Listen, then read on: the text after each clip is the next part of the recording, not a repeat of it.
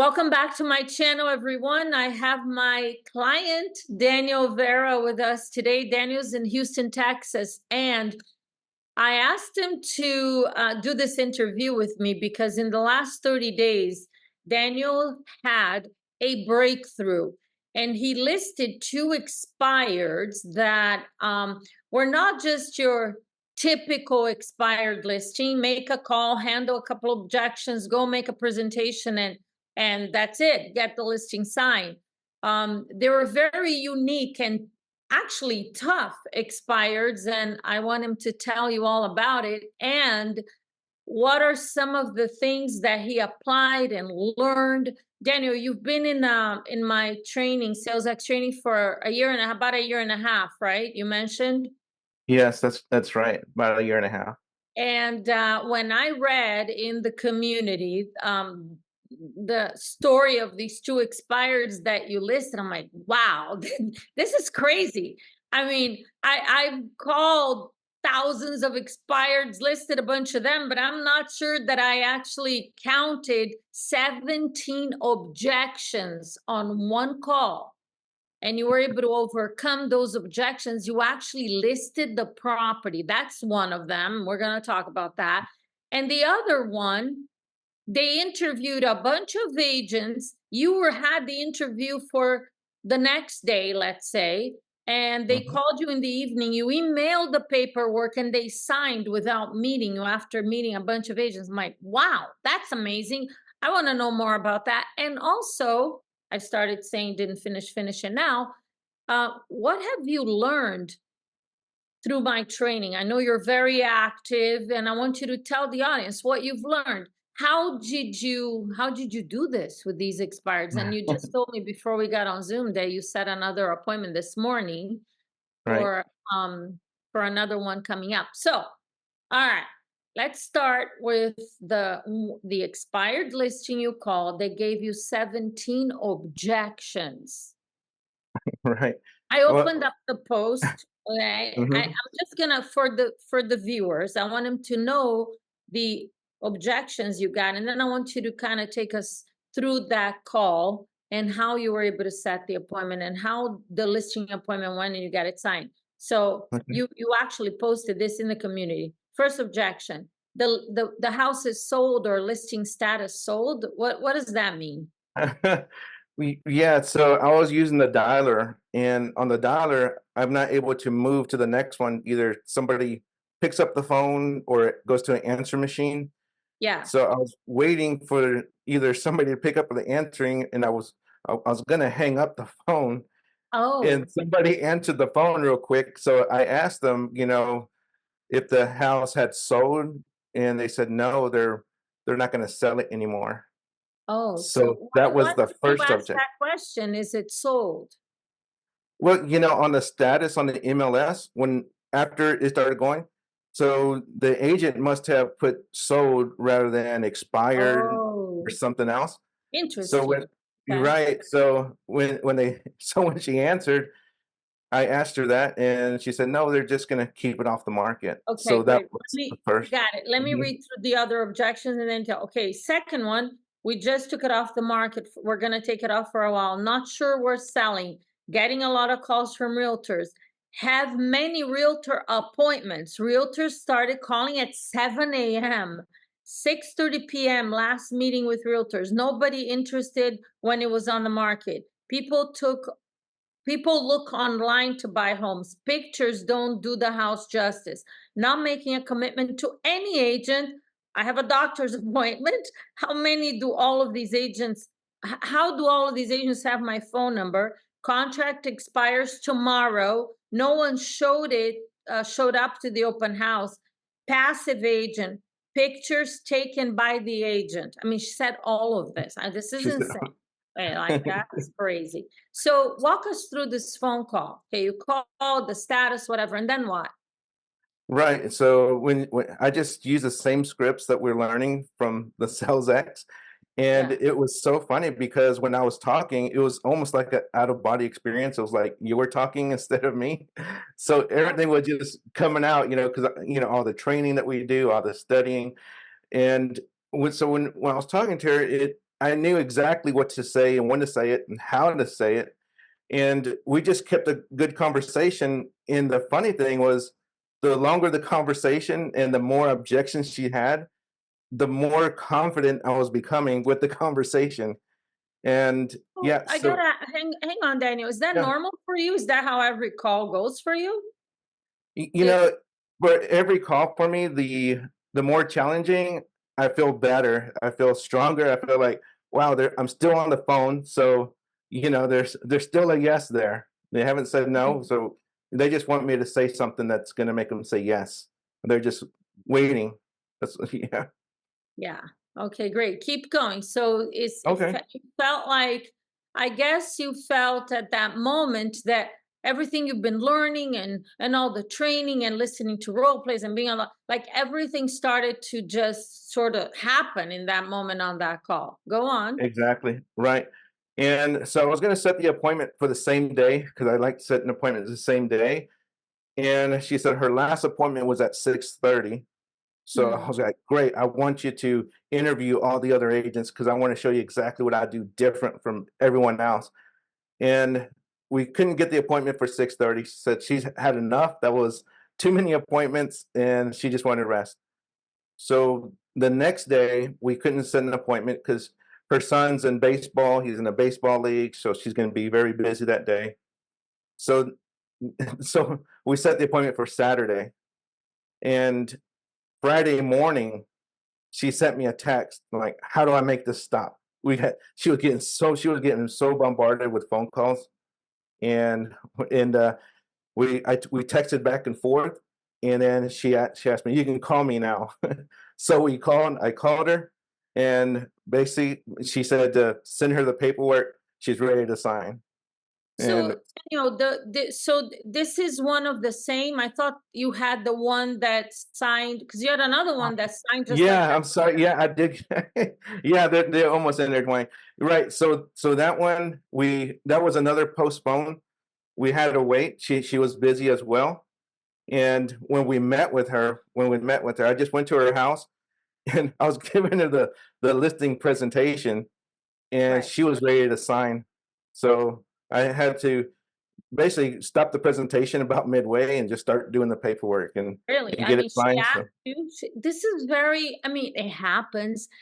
It If somebody stops you and say, "I'm ready to list. Where do I sign?" But that doesn't happen very often. So, okay, I have a few questions because I'm sure the viewers are wondering too. She had met with a lot of different agents. You didn't meet with her the same day.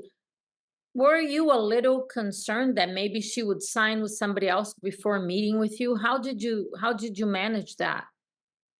the concern goes there because there's always somebody who can, be there before I do. And but I just went and it all worked out. Did you say, because I thought, I don't know, correct me if I'm wrong, maybe I'm remembering incorrectly. Did you say something to her over the phone, like to not sign anything until you met? Or Now, am I on both of those, they both told me that they weren't going to sign with any other agents until we met. I didn't bring it up; they brought it up, and I was so glad that they brought it up themselves. okay? Okay, great. So she stops the presentation and says she's ready to sign. What do you think, or I don't know if she told you, but in your opinion, after she had talked to all of these agents, what is it that caused her to just list with you? I believe what it was. We did build rapport, and I did listen. I did listen intently, exactly what she needed, and I answered all her questions that she had. And I feel that once we met in person, she did feel comfortable, and she felt like she had the right agents to help her get her house sold. Wow, that's incredible. I mean, all of these objections. So on the phone, basically, again, I'm just asking you questions so the viewers can learn from this experience. Hmm. What would you say to somebody that is calling expireds, hearing a lot of objections? What can they do? What have you learned to Hmm. to have this result? What I learned is really it's a conversation. We need to listen intently to exactly what they're saying instead of listening just to say something or something. We really need to listen to what they're saying and listen intently, and then repeat and approve, as you always say in our group. That's easier said than done, right? I teach that, but Yeah, you, it took some time for you to actually learn to. You mentioned to me yesterday that you used to yeah, speak very fast. Can you speak to that, and what was the shift? yeah. So on the shift, there's learning this, what to say, right, and then there's different of how to say it and internalizing. The biggest shift for me was when I started internalizing. And when I first started, I was very nervous. So I was speaking very fast and it didn't, so I wasn't mirroring and matching the other person. If they were calm, I was still going fast and excited. And then when I learned I need to just slow down a little bit, follow their direction, and it does build rapport very, very How quick. did how did you learn that specifically? How did you go from speaking fast, being nervous? Okay, you internalize the script. Tell them how. How do they do that? Well, in our group, we do have the role play, and we listen to you. I attend every session, and I listen to you when you're role playing, and then it's recorded. Then we practice, and I go over and over. And then we started a role play group that we practice. So I'm practicing 2 to 3 times a day on just on role playing. Hmm. Mm. So, and then I get feedback, from my other peers. And also I'm giving them feedback. And as we're doing that, we're learning from each other. And we also we have a Zoom meeting that we do as well. So that's one of the things that when we talked before about a year ago, you had Mhm. mentioned that I need to record myself. So Yeah. that's how this all started. Mhm. Mhm. So And record. So what did you do with that? You actually did what I said because it was your English. So yeah, right, right. what And then, there's so on our dollar, we're able to record. So I listen to those recordings as well of your and calls. of my calls. And And what do you then, do with that? You listen to it and what? yeah, I listen to it. And the way I sound to me is different than when I hear it recording. And then I, Mm, I I would hear like if there was any upswings or maybe I wasn't as confident as I thought I was. And then I mm. could hear that and I could hear my voice kind of fade off a little bit. Or I would hear myself interrupting when they're talking. And I was like, okay, so I need to listen more. So I learned that. I also have a partner that we meet in the morning and we do the homework assignments that you tell us, and then we like this morning we listen to each other's recordings and we're giving feedback on that. Wow, amazing. I love so much that you're actually doing what you're supposed to do. Not Daniel, so how do you go from hearing yourself, like you said, you sounded different when you hear back than you thought you did. So how do you go from noticing those things to changing them? That's Think about that. Yeah, So that yeah. the can benefit. Mhm. Practice over and over, repeating. Sometimes what I'll do as well is on my phone, I set my recording to hear my voice and I'll practice and then I'll listen to it and I'm like, oh, that don't sound right.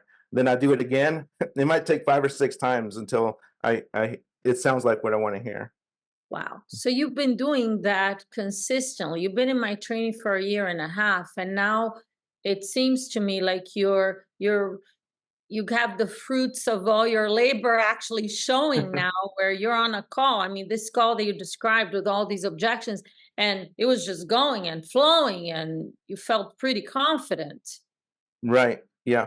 And the one I mentioned earlier about the baseball, that was the other one that we mentioned a while ago. So the first one was 17. We just had to reschedule and then she was ready to sign after a few minutes of meeting with her in person.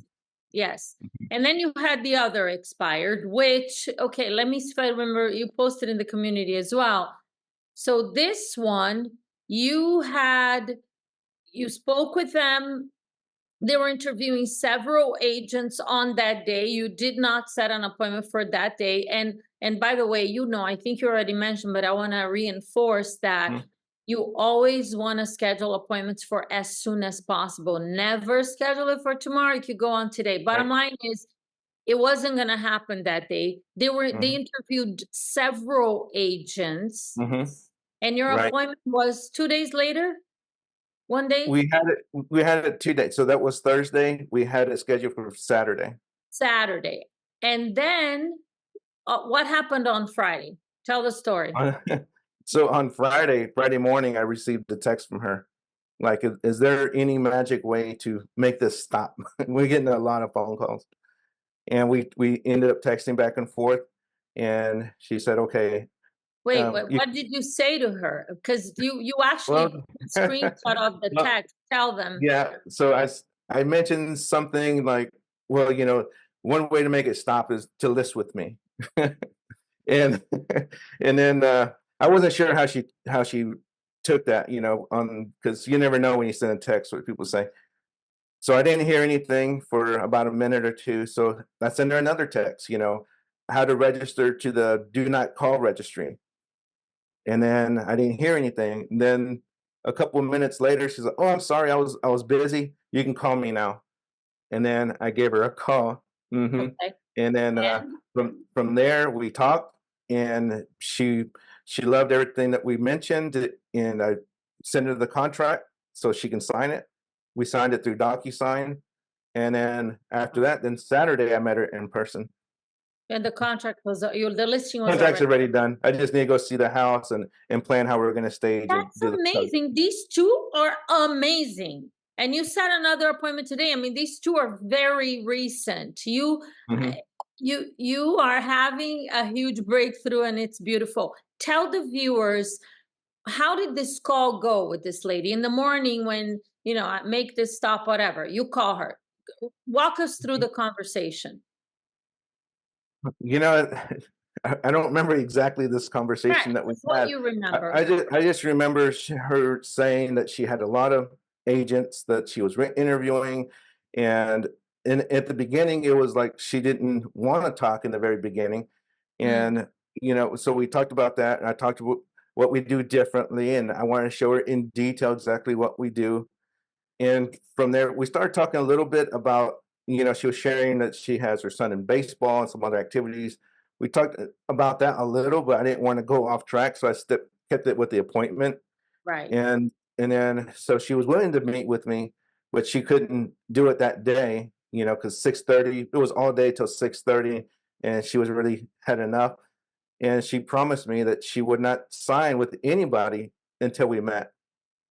And now this is when you schedule the appointment for Saturday. Now, Friday morning, she texts you. And then at Hmm. some point, she says, "You can call me now." Tell me Hmm. what happened on that conversation.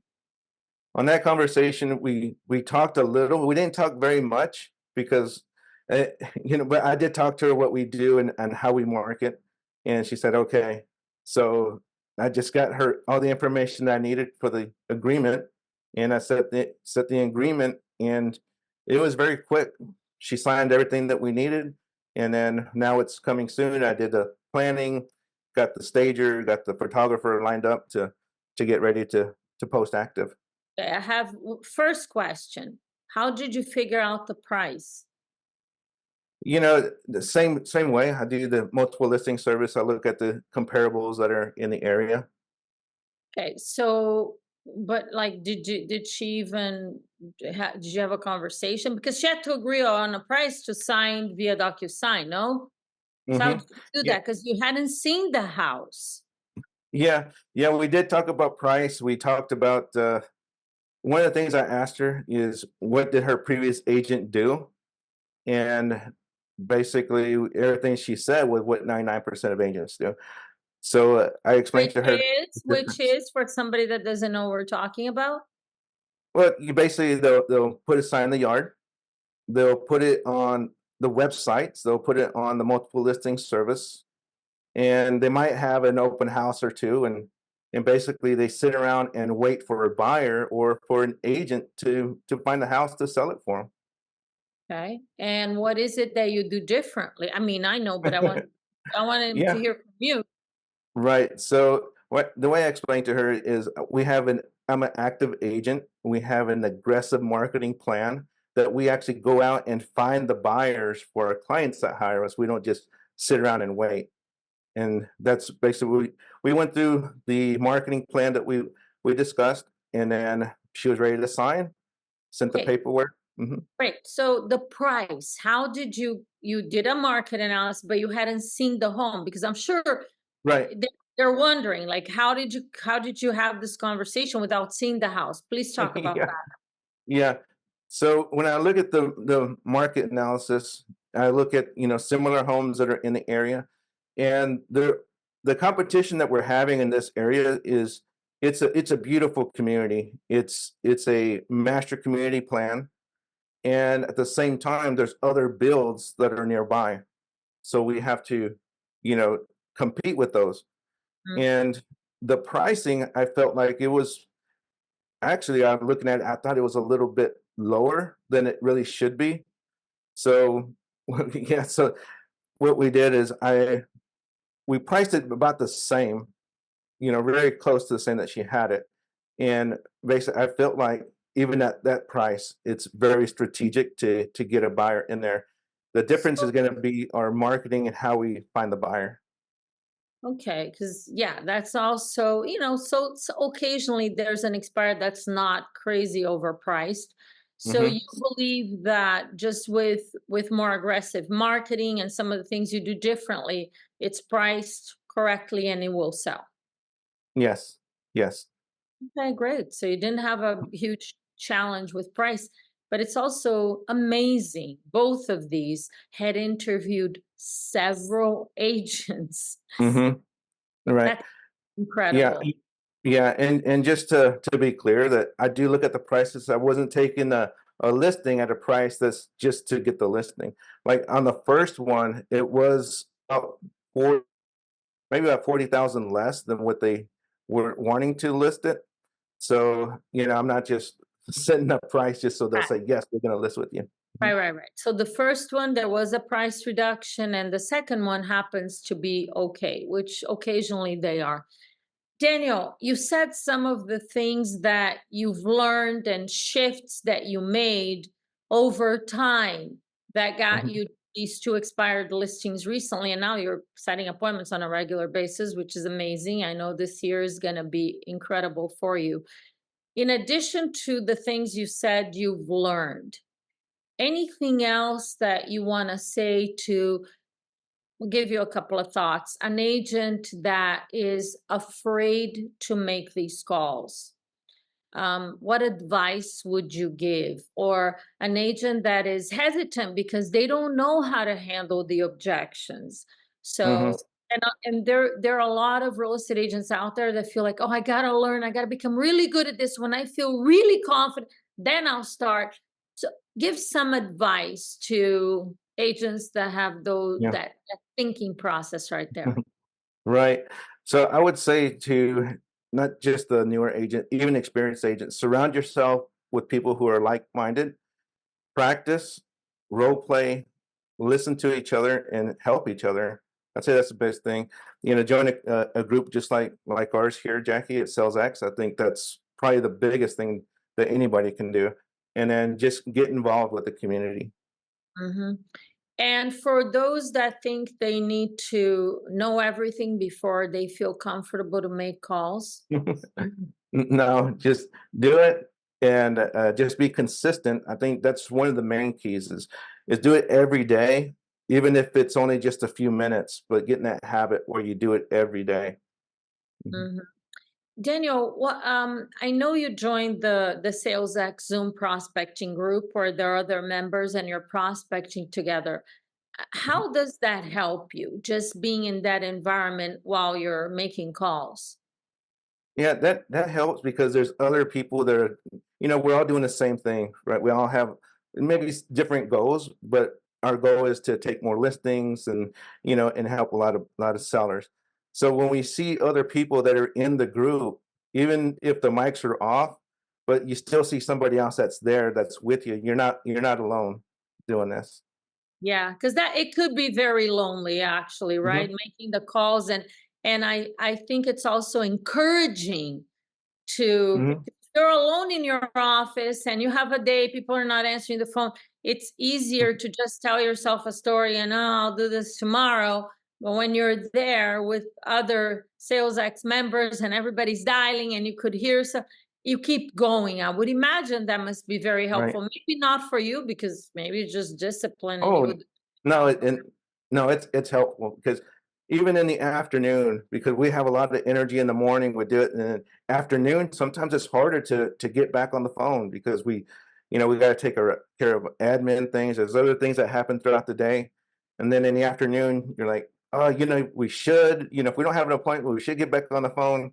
And then we're like, well, I don't know if I want to. Then you get on there, and there's somebody else that's on there. You're like, okay, let's do this. Let's go. Yeah, Mhm. absolutely.